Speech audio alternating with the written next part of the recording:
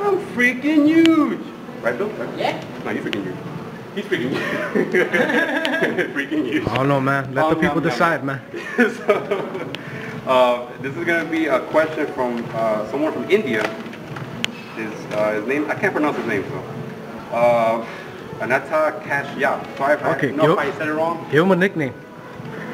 AK. Pretty cool. AK Mr. Freaking Huge. So he said, thank you so much. However, I have a L3, L5 disc bulge and 2 millimeters and S1 disc herniation. Can I still build up muscles? I'm slim, 6 feet, 74 kilograms, 30 years old. I bought all the equipment for home. I was diagnosed with slip disc. Please help, please help. And then I said I'm gonna help you out. And then he said, you're an angel. You're leading a spiritual life, helping others by giving them a smile on their otherwise painful life. You are blessed. Keep up the good work. Thanks for saying that, by the way. So, amen. So before I go into the whole what you can do for rehab, I'm gonna have Billy. I'm gonna give you a quick anatomy class. So Billy, come over here. So we're gonna demonstrate. So Billy, right there, guys. Big Bill. So you have right here. You have 7 cervical. So 1, 2, 3, 4, 5, 6, 7. So these are vertebrae. Then your thoracic spine. You have 1 to 12. Okay, so that's T1 to 2, 3, 4, 5. All right. So if anyone has a problem here, it could be with problems with scapula retraction. It could be a lot of things that cause problems with their T1 through 7. All right. Then you have your L1 through 5, which is the lumbar. He has a belt that I can't go through this one. And then his sacrum, which has 1 through 5. And then down there, which is the coaxus. I can't pronounce that freaking last one. Coaxus, whatever. Coaxus. But his problem is with L5, or was it time? Go back to your L3, L5, and S1. Normally the S5, so L5 and S1 can always have a problem of connection. So there's not really a lot of pain associated with the L5 and S1. But if there is a pain, you will have sciatica symptoms. So your leg might start to give out. So before I go into what you should be doing, you have to know what kind of herniation it is.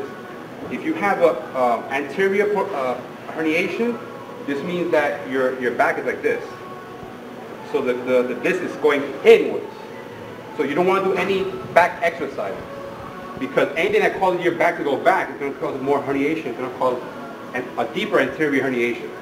So you want to do more ab workouts where you're crunching and pushing the vertebrae more and slipping it out versus doing any back, like hyperextension stuff like that. So what you want to do if you have an anterior herniation herniation of a disc is do core workouts. So crunches, leg raises, don't do any planking at all or anything like that. Just anything involving the crunching forward, which helps push the disc back and also makes your abs stronger. It means you have a weak abdomen.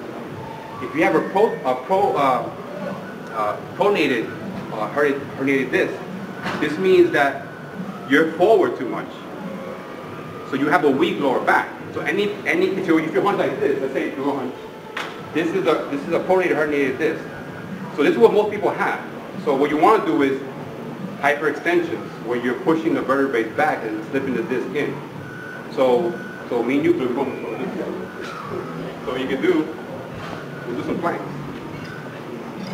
So, if you have any, do some Supermans. If you have a pronated disc, you want to try to push the vertebrae back in. So what you could do is do a Superman where you're up in front. You're gonna bring your legs up straight, and then you're gonna come up like this. This is like a hyperextension. You want to come down, come up. You can also put it behind your back and do the same thing, come up. You can also, if you have any problem with scapular retraction, you can go out and come up like this to the side. And come up at the same time. Alright? So you can do that. You can also be on your hands and knees and do alternating one hand. Right hand with left arm. Straight. Come down. Right leg, left arm. This is just going to help build your stabilize muscles in your back as well. Okay, but for people that have, anterior problem with their disc is actually coming up you want to do crunching, so you could do, crunch coming up, like this. You could add a leg raise, like that, okay? You could do a combination of just the leg raise with the crunch, hold. And it's going to actually push the disc back and help the bubble. If you have a lateral, actually I forgot that. If you have a lateral herniation, which means that you could tell which side it is. If you're going down this way, you know it's this side. So if you have a problem with lateral herniation, then you could do side planks. You come up, you go hold, you go down, hold. You could do a side jackknife. Anything involving the transverse abdominis and external obliques, and you're doing like any kind of side hyperextension on machine or anything like that. You do mat work. But to answer your question, I can't really answer because I don't know what kind of herniation you have. So this all depends on what kind of herniation you have. As far as your gym equipment, you want to do everything with a back support. So if you have a problem with, I know you have the L5 and S1, so if you have a bench, keep your back tight against the bench. Don't do anything where you're leaning forward or you're not on the bench. So you have a whole gym equipment at home.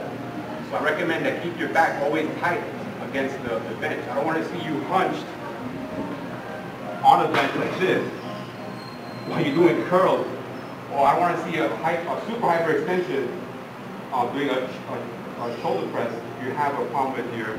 What about when you're benching and people tend to curl their back up?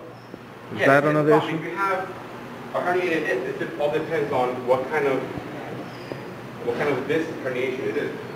All right. So I don't know. So I can't really answer the question because other people might see this and might have a different herniation and be like, well, Alex told me, well, I don't know what kind of herniation you have. So by giving you that little anatomy class, you can figure out for yourself what type you have. So remember, if your stomach, if you feel pain when you go like this, that's horrible. It means you have a weak abdomen. If you have pain you go like this, that's horrible. It means you have a problem with your lower back.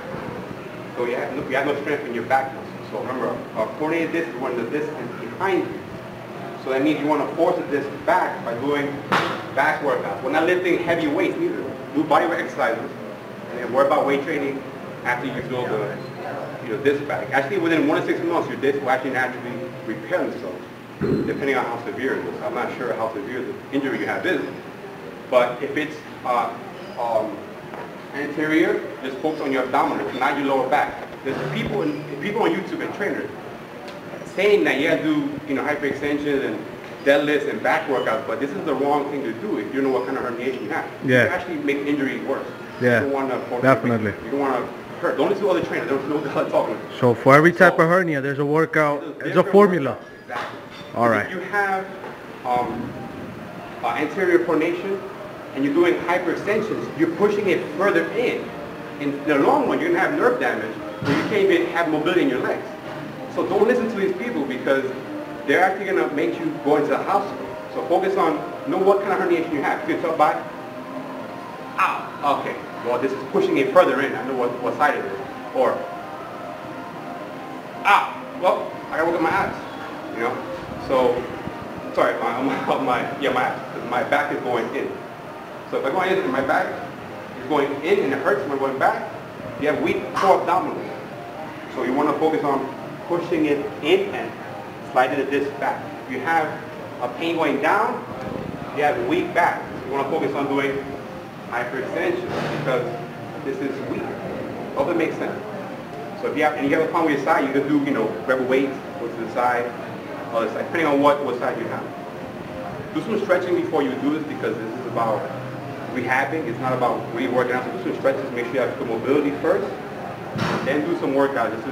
I know I said in my videos it's important not to stretch before, but this is for rehab, so it's kind of different. We're doing stretches as well. So make sure you stretch. There's a lot of different stretches for you do toe touches if you have, this helps actually lengthen your back a bit. You can also grab on a bar and just dangle on the bar to elongate your spine. But again, this depends on what kind of injury it is. So I hope that wraps up the whole video. It's the longest video I think. And that's pretty much it. Bill. I think I mimic the number. Bill's speaking huge. That's it. Oh, make sure you like, comment, subscribe. And if you're not subscribed, that's not second.